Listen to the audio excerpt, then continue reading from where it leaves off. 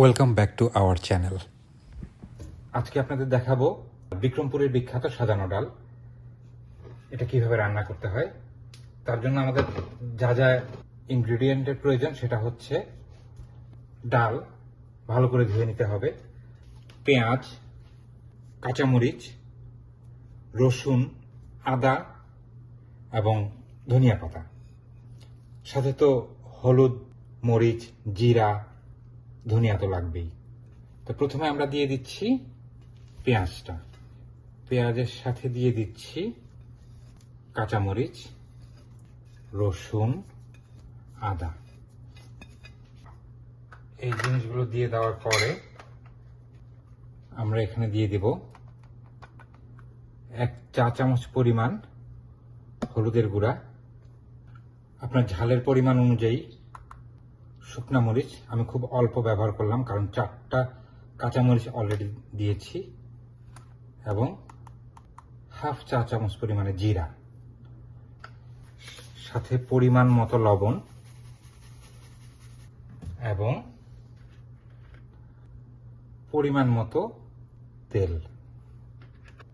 এই জিনিসগুলি দেওয়ার পরে যে পেঁয়াজ দিয়েছেন, পেঁয়াজের সাথে মশলার সাথে আদা, রসুন, মরিচের সাথে খুব ভালো করে ডালটাকে কষলে নেবেন। দেখবেন কি সুন্দর একটা ফ্লেভার আসে, মনে হবে যে এখনই আমি খেয়ে ফেলি। যাই হোক, আপনাদের অনুরোধ করব, যদি আমাদের রান্না ভালো লাগে, আমাদের এই চ্যানেল আপনাদের ভালো লাগে, তাহলে আমাদের সাবস্ক্রাইব করবেন।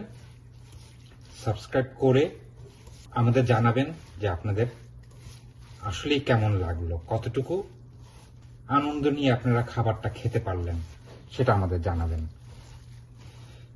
4 গ্লাস পানি অ্যাড করে নেব। 4 গ্লাস পানি অ্যাড করে চুলাটা অন করে দিব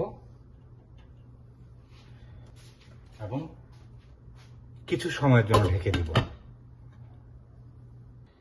5 মিনিট পরে আমরা আবার চলে আসলাম।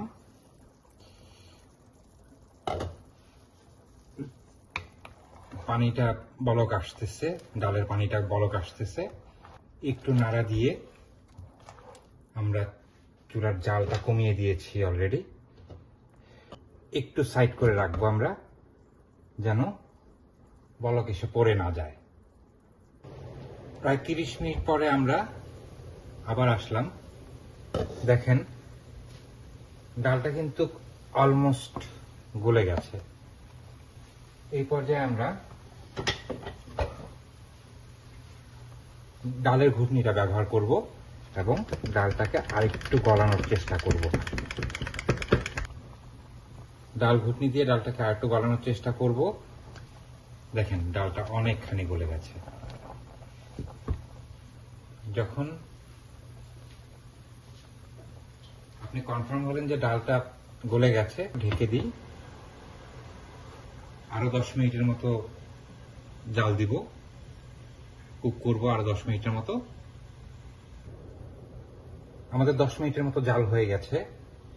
এই পর্যায়ে আমরা চুলাটা বন্ধ করে দেব। চুলাটা বন্ধ করে দিয়ে তারপর ধনেপাতাগুলো দিয়ে দিব। হয়ে গেল আমাদের বিক্রমপুরের ঐতিহ্যবাহী সাজানো ডাল। ধন্যবাদ আমাদের সাথে থাকার জন্য।